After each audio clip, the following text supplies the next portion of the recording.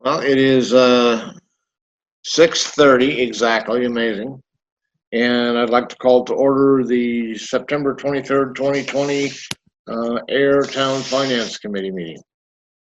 We are doing this virtually, and for those of you that have a copy of the agenda, on the top of it in very, very small font is an order direction from Charlie Baker on how there's been changes to the open meeting law for at least for this COVID process. And Robert's been kind enough to provide a page of what that is. So, Robert, would you mind, so everybody can see all the silly things we have to do now that we didn't used to? Can you pop that up? Good evening, Mr. Chairman. Unfortunately, I don't have the screen sharing capability this evening. Ah, Robert, I could get it for you off the agenda if you needed it, me to. Okay, well, the assistant town manager, Carly, can pull that up for us. Right. Carly, would you mind doing that? Sure. Thanks, Thanks, Carly.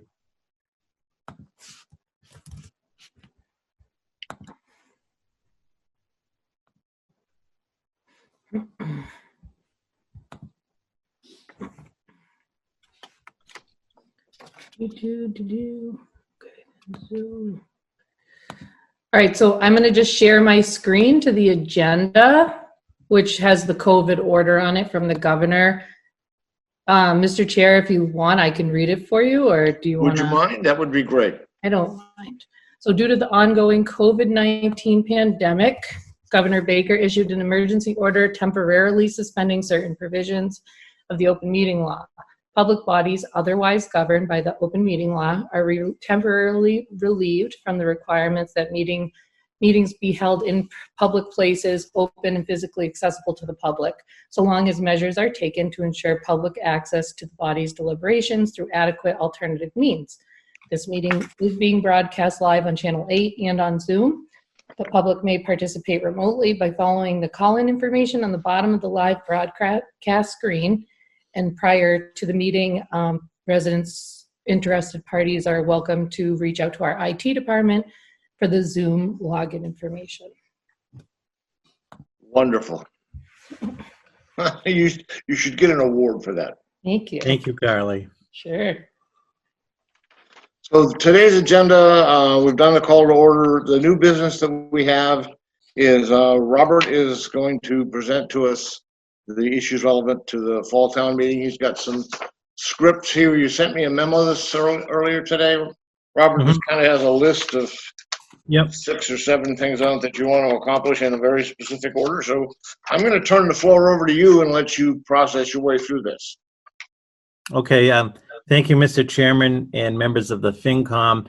Good evening. I know it's been a while during this unprecedented time, but I appreciate the opportunity to just provide you with an update on the fall town meeting warrant. And then if there are any questions on that, be happy to answer those. And then through the chair, if you'd like, I could give just a very brief snapshot on the status of the town's finances during COVID-19. So per the agenda, at this time, we are scheduled to have a fall special town meeting to take place on Monday, October 26th at 7 p.m. in the auditorium of the Ayer Shirley Regional High School. The warrant officially closes at noon on Friday, October 2nd. So October 2nd at noon is the deadline for any warrant articles or citizens petitions.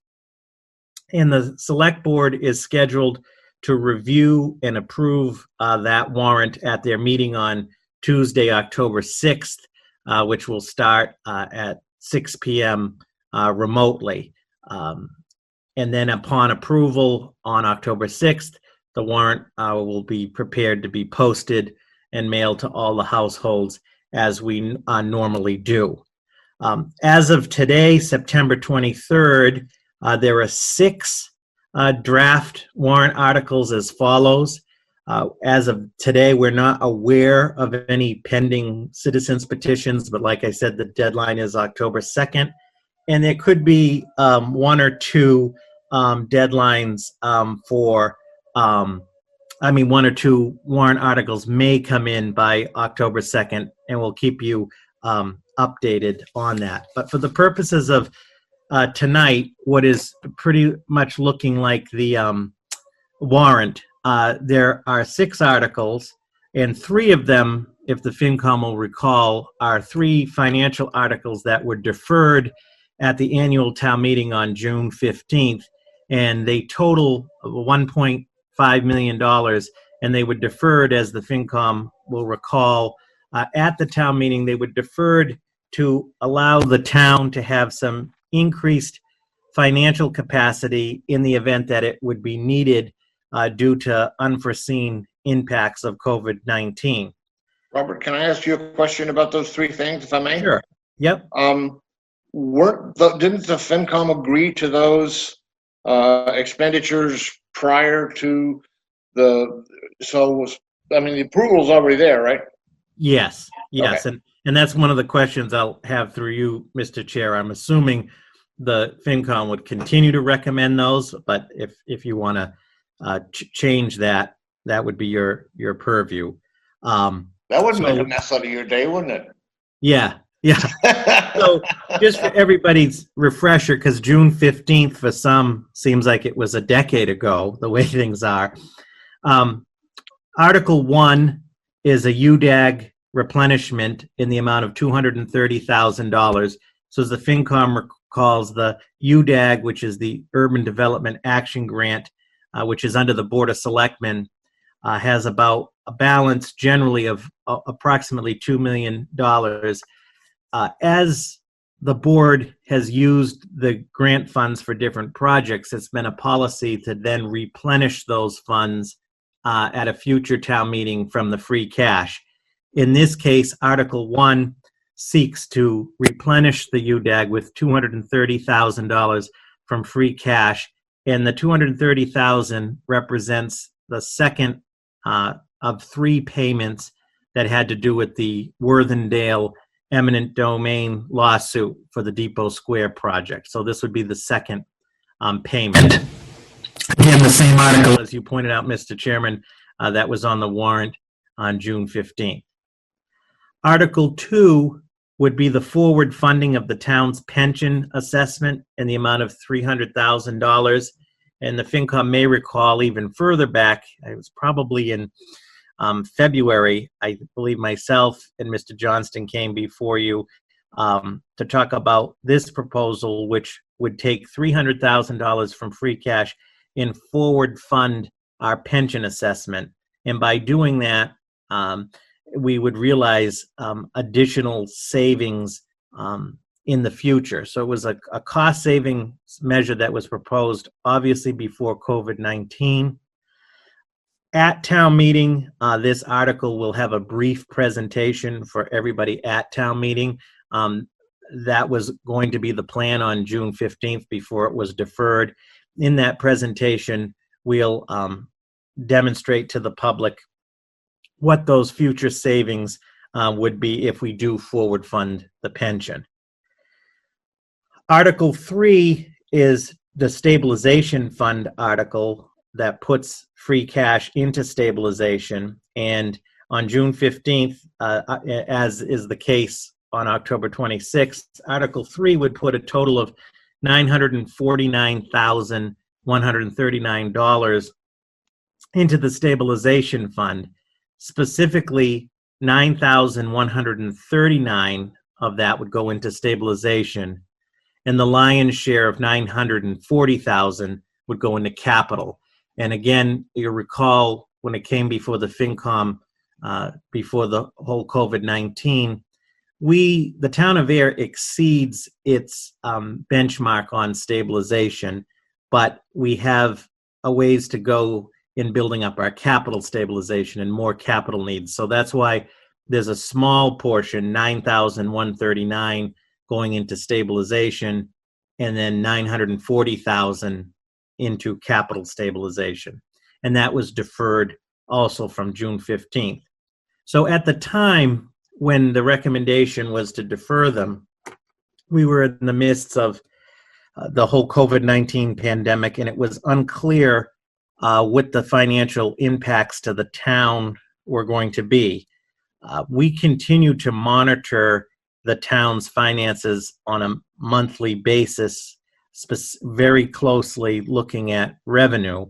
And as of right now, and of course it's such a fluid situation, anything could change, but as of, let's say, September 23rd, the town treasurer and tax collector reports that collections as they pertain to property taxes, excise tax, personal property tax revenues are on target.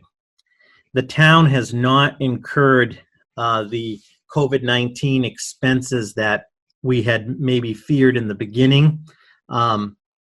We're eligible for up to $711,000 in COVID-19 reimbursements through December 30th of this year. We've probably have had about $30,000 in expenses that have been reimbursed. So though we remain cautiously optimistic, the financial situation does remain stable right now for the town's finances. So the feeling is that these 3 articles should at least be put before town meeting in the fall for town meeting to discuss and take action on. Just to conclude on these 3 articles, because different people have asked, well, what happens if we take no action on these 3 articles? There's, like I said, the 3 articles total about 1.5 million that will just right now are just sitting in free cash, if you will. And so it could just sit in free cash, but we're at a point where we remain stable. The recommendation is that the town should be in a position to proceed with reimbursing the UDAG by the $230,000, forward funding the pension by $300,000. Will realize future savings, and putting the money into the stabilization fund is sort of the recommendation that the internal finance group has had to the select board. Robert, can I ask a question? Sure. The free cash that this is going to come out of is from last year's revenues, right? Correct. Right. Okay. Yep. So by it has no impact on the current operating forecast, budgets, expenditures, nothing. This is actually accrued, just getting approval to be moved. Is that right?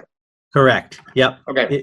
It's sort of just sitting there, if you will, waiting for the town to program it. It's in your second drawer, right? In the second drawer. So those are the 3 articles, obviously, from the annual town meeting that were deferred. And in the warrant, they'll appear just as they did on June 15th with the same explanatory note. And the explanatory note will also explain to voters, that these articles were deferred from June 15th. The other 3 articles that we know of, Article 4 asks the town meeting to establish an Ayer housing trust. If some of you are probably aware that the town had created an affordable housing committee, which has staff representatives from the Office of Community and Economic Development, residents on there as well. And the committee is really tasked with further developing the town of Ayer's affordable housing and affordable housing options. And the establishment of an Ayer housing trust will allow the town to further put financial resources towards the issues of affordable housing and so forth, to be administered by a board of trustees. Article 4 asks the town meeting whether or not to adopt the statute to create it. A yes vote would authorize the town to proceed with the creation of the trust. A no vote obviously would take no action. And there will be a brief presentation at town meeting from the Affordable Housing Committee on the details of the proposed housing trust. There was a public hearing held remotely on Monday, which will be up on the town's website shortly, that talks about the specifics of the housing trust. Will the trustees be appointed or elected? The trustees will be appointed by the select board. Okay. Mhm. And then if Article 4 is successful, Article 5 is a transfer article for the funding, the initial funding of the Ayer Housing Trust in the amount of $30,000 to be transferred from the CPC funds housing category. So as the committee is aware, we have a community preservation committee, and we are a community preservation town. And one of the categories in those funds is a housing category. And actually, Janet Provodakis, who's the chair of the CPC, is also on the Affordable Housing Committee and has been very involved with that. The CPC is recommending, as is the Affordable Housing Committee, to transfer $30,000 from the CPC funds to the housing category to sort of begin the funding of the trust. Moving forward, if the trust is established, the use of CPC housing funds is one financial option for the trust. If they plan to do that moving forward, it still requires an active town meeting and going through the CPC process. The housing trust will also be able to use various state grants and other funding sources. So I think it's important to note that this isn't just going to be the only funding source, if you will, for the trust moving forward. And then the last article, Article 6, is an extension of the water and sewer lines from the town of Ayer down Harvard Road into the town of Harvard. And the details of this are still being put together from the superintendent of public works. But there is a proposed development in Harvard off of Ayer Road. It's across from the Apple Works building. If some of you are familiar with the Apple Works building where the Cayenne Pepper restaurant is, across from there, a developer in Harvard wants to do a 40B project and some other development, but wants to tie into the town's water and sewer. And per the town's bylaws, anytime water or sewer is extended outside of the town limits to another town, it does require approval by town meeting. So the developer, in discussing with Mark Wetzel, has requested that this request be brought before town meeting. And then again at town meeting, the superintendent of public works will have a brief presentation and a map and so forth explaining what this proposal is. And it'll be up to town meeting. The financial impact to Ayer to do this for Harvard, or is they going to pay for it? Well, they will pay for it, and that's what the final numbers are being worked out. They have to pay for all of the infrastructure, but then also the flows, the water and sewer. What is always done is it's done at a higher rate, obviously, than what residents pay. The last time we did this, some of you may recall, would be for the Four Corners project in Groton down Westford Road. We extended the sewer lines. Groton paid for all of the infrastructure, and they also pay a premium, if you will, for the water and sewer that they use. So do we meter the end houses like we do here, or does Barbara not do that for them? Mark develops a specific flow rate for them, and so it's metered on their end, but it's charged at a higher rate. And Mark will explain that at town meeting.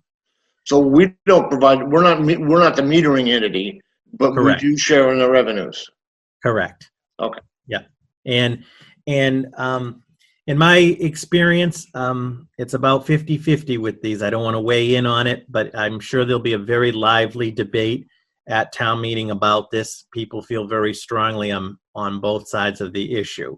But again, the request has been made. Of course, there is a financial benefit to the town but we'll have that discussion on the 26th. And like I said, Mark, I think on October 6th at the select board meeting when they approve the warrant, Mark will actually have the presentation at that time. And as soon as I get that, I can get that information to you. So in conclusion, as far as fall town meetings go, this is a pretty light one. It's obviously much lighter than the annual town meeting that had over 30 articles. There's just 6 at this time. Of course, if there are any additional articles, as soon as we know, I will let the FinCom know, so you're in the loop there. And of the 6, 3 of them were deferred from June 15th, which you previously supported, which we appreciate. And then Articles 4, 5, and 6 are the 3 new ones. Thank you, Robert. If I may ask indulgence to interrupt you at this for a short time, I'm remiss in number 2 of the things that are on the list that I'm supposed to do. So if you don't mind, I'm going to do number 2. Yep. Number 2 says, Chair must announce the names of all members in attendance and participating in the meeting. Would you guys mind announcing yourselves? I think you know your names. Mark Smith.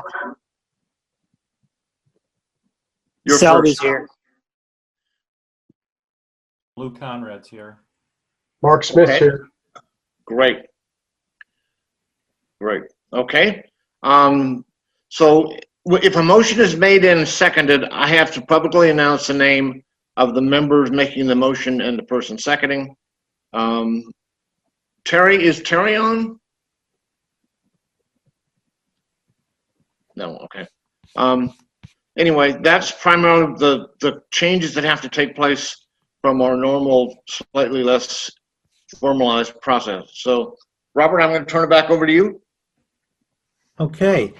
So that, if you will, is sort of the fall town meeting warrant in a snapshot through the chairman. Are there any other questions on any of the articles? Speak up, gentlemen.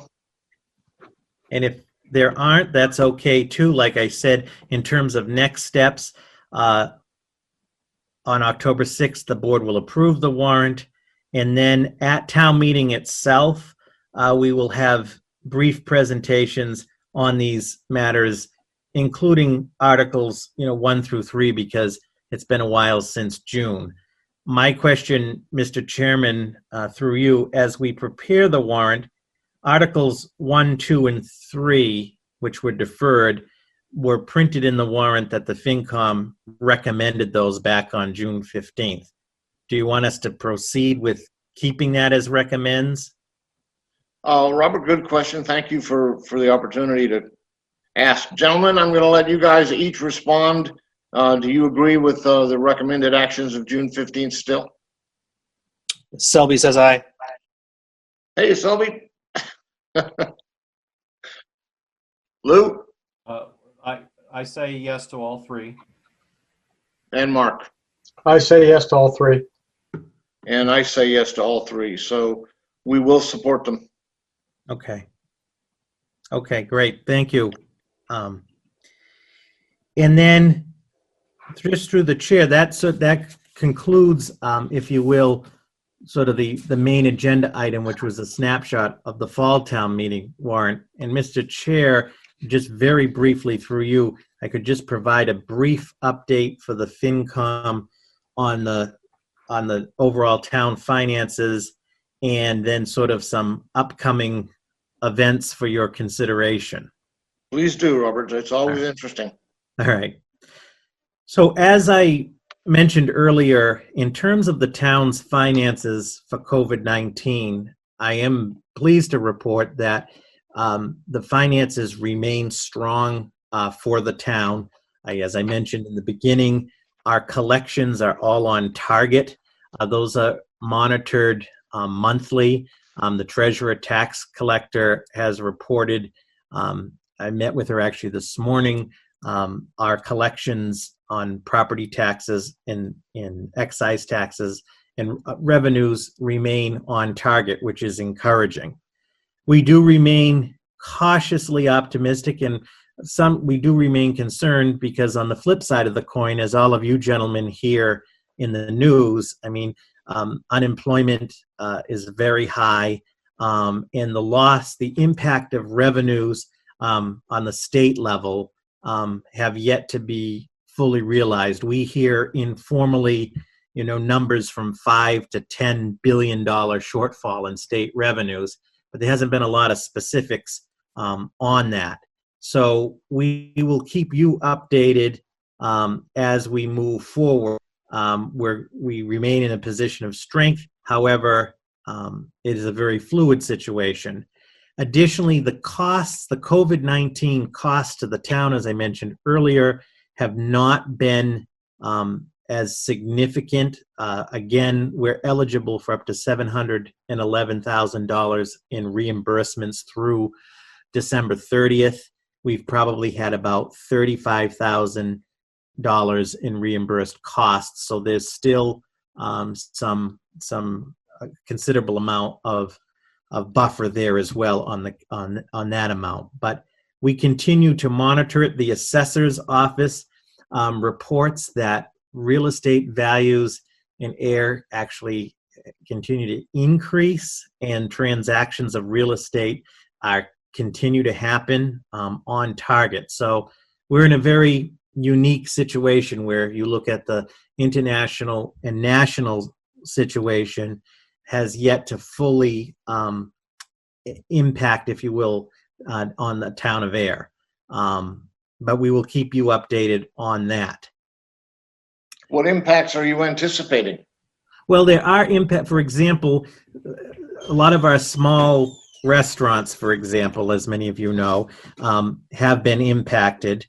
Some of them were successful in getting relief funds. As some of you may know, through our Office of Economic Development, we did secure a $311,000 grant for small businesses. And so, but some of them that are doing the outside dining, for example, November 1st is sort of what that runs through, and they're trying to develop a plan for come winter. So there are definitely impacts to the business community and so forth. I think the question is, we don't fully know the exact impact and exactly when it's going to hit. So we keep our eyes very close to it. But, Okay, some of the small businesses definitely have been impacted, and also folks' ability to pay and so forth. I mean, now we're entering a period where the unemployment extensions, unemployment incentive amounts have started to run out. There was the original COVID funding in the spring, so we're now entering sort of the fall period. Yeah. Yeah. But our normal industrial base seems to be just percolating along as close to normal as they can in this craziness. As of September 23rd, as we're on this meeting, the answer would be yes. Is there a lot of anxiety out there? Of course. Is there a lot of concern? Of course. Is there a lot of fluidity in what's going to happen? Yes. But as of right now, we remain in a strong position. Good.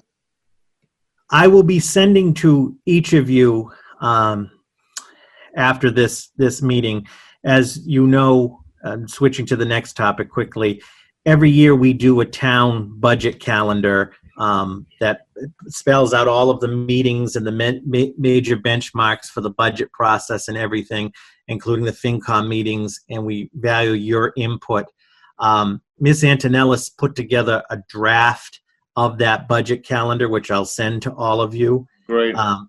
It's not fully populated yet. I welcome your input, as well as if you want to put your FinCom meetings on there.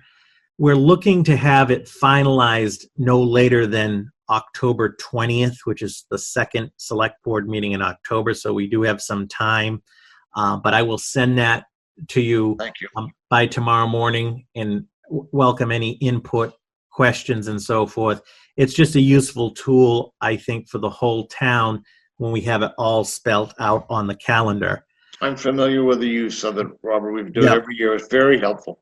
Yeah. And one thing is, I know you're aware of, because of the bylaw change at town meeting, the annual town meeting this time is now moved to the fourth Monday in April, and the local election is moved to May. So that change, if you will, moves up the budget process, if you will, by about 2 weeks. Yeah.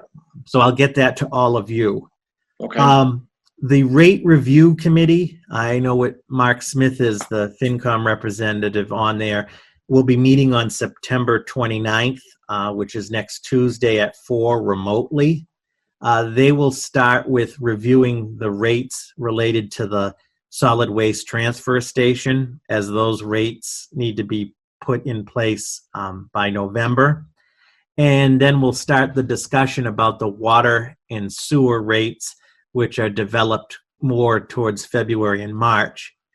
At that meeting, and which Mark can report to you and we can send as well, we'll have an update on the water and sewer revenues, if you will, during COVID-19.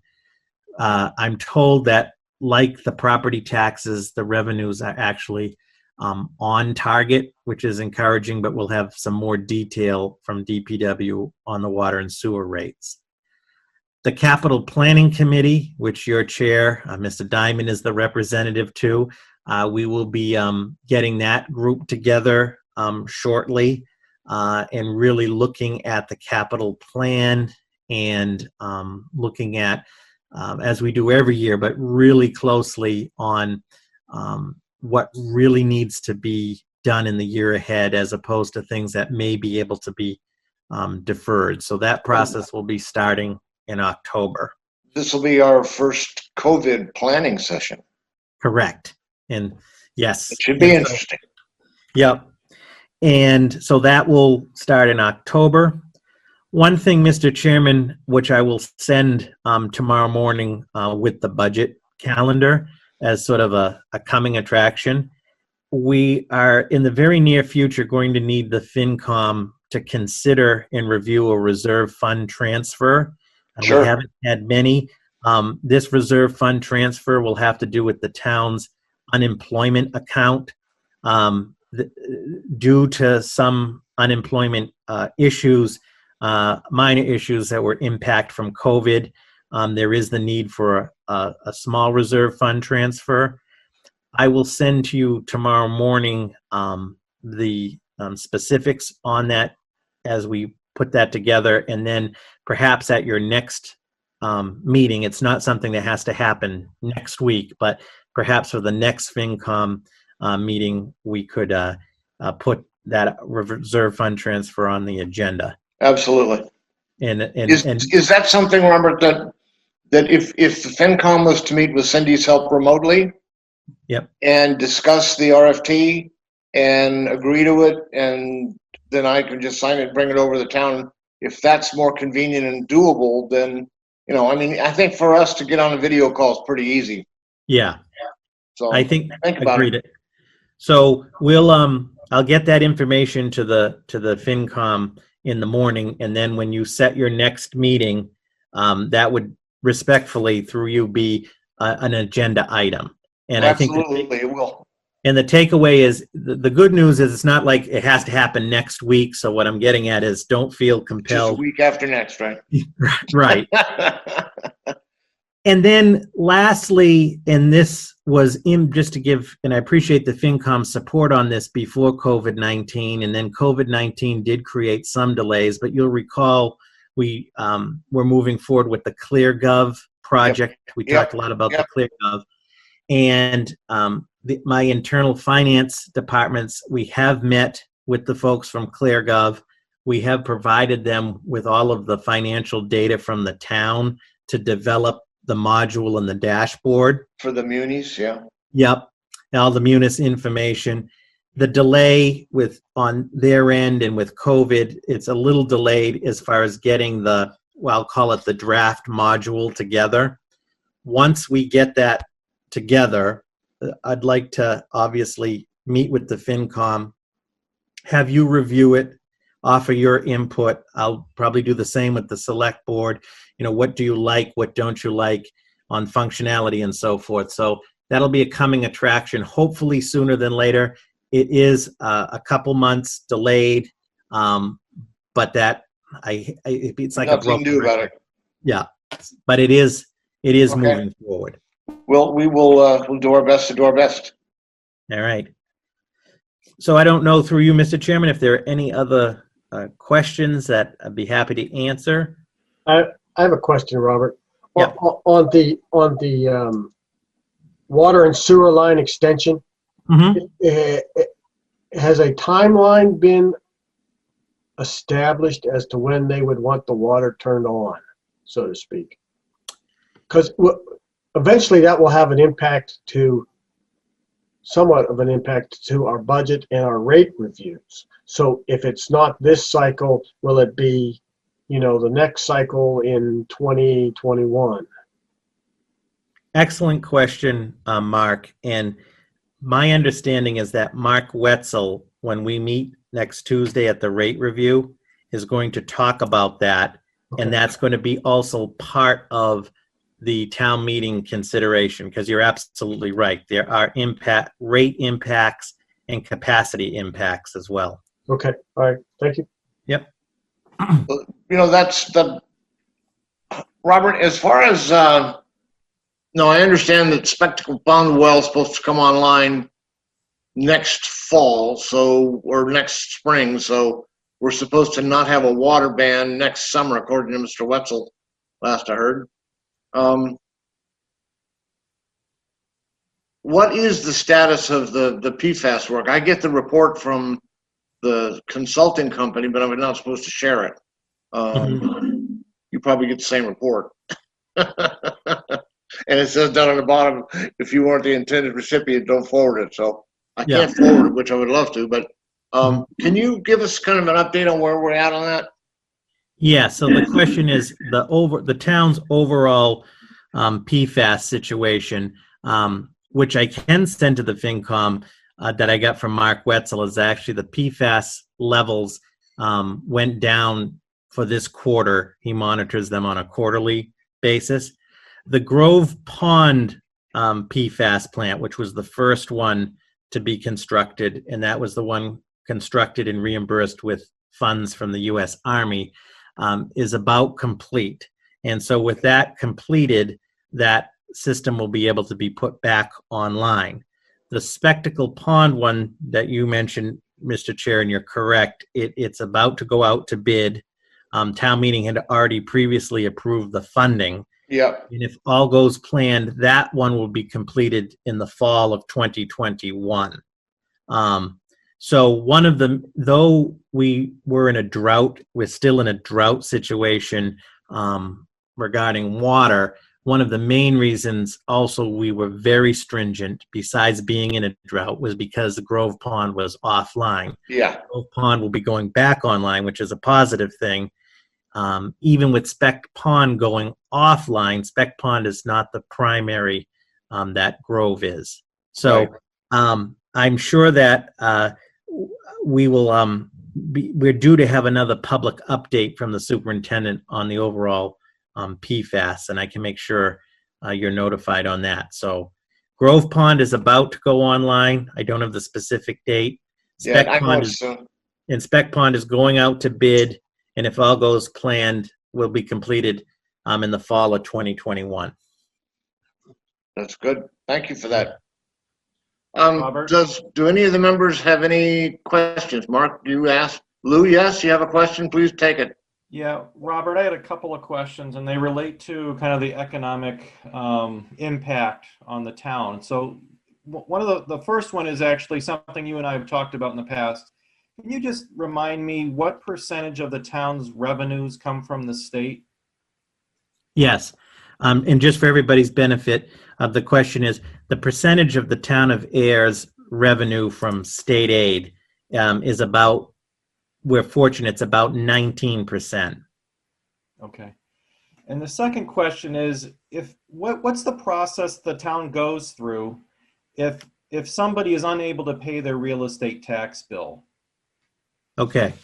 And then the question is if somebody is unable to pay their real estate tax bill. So obviously we want to work with everybody, whether that's a residential or commercial property owner. And if folks run into difficulty and can't pay their bill, the first thing we always encourage is that they contact the town treasurer, tax collector, Miss Tierney, and Barbara Tierney, treasurer, tax collector, under statute, can work with folks within reason to whether it's some type of a payment plan, et cetera. So we really want to start.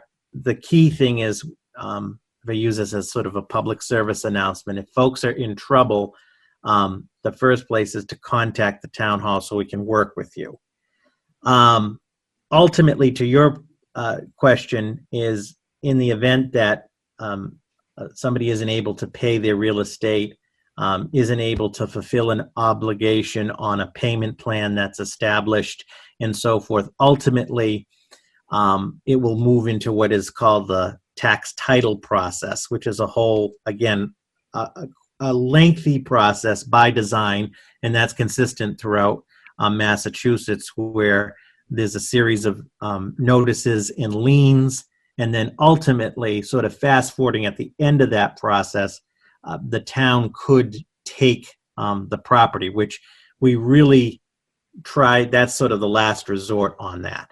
So right now, it's a good question, Lou, because I did ask, Barbara has reported to me, we really haven't had any inquiries about, payment plans or hardships yet at this time. Okay, well, that's good news. Yeah. Thank you. Mm-hmm. And Selby?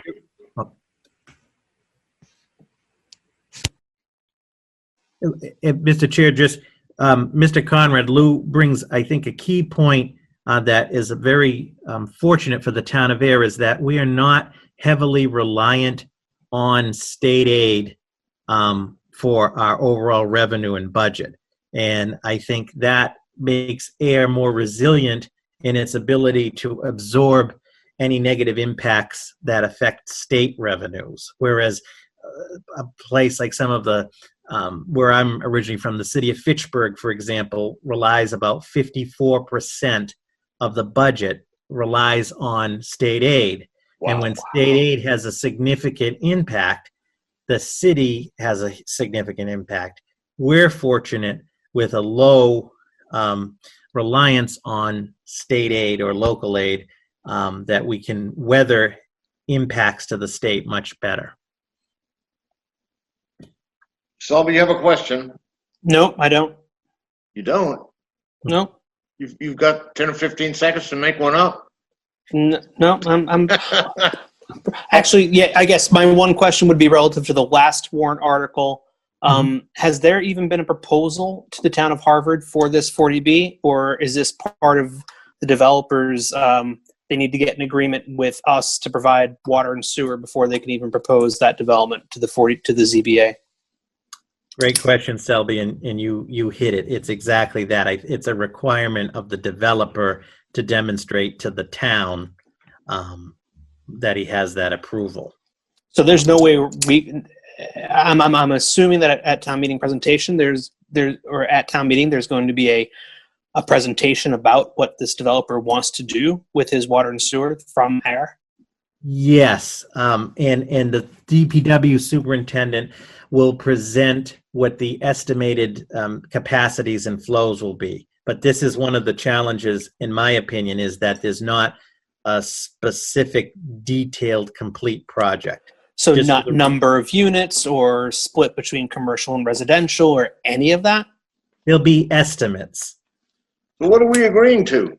Well, We just from the zoning perspective, like, they're not going to get into a largely detailed drawing and schematic and units unless we agree to let them tie in. It's kind of like a chicken and egg scenario.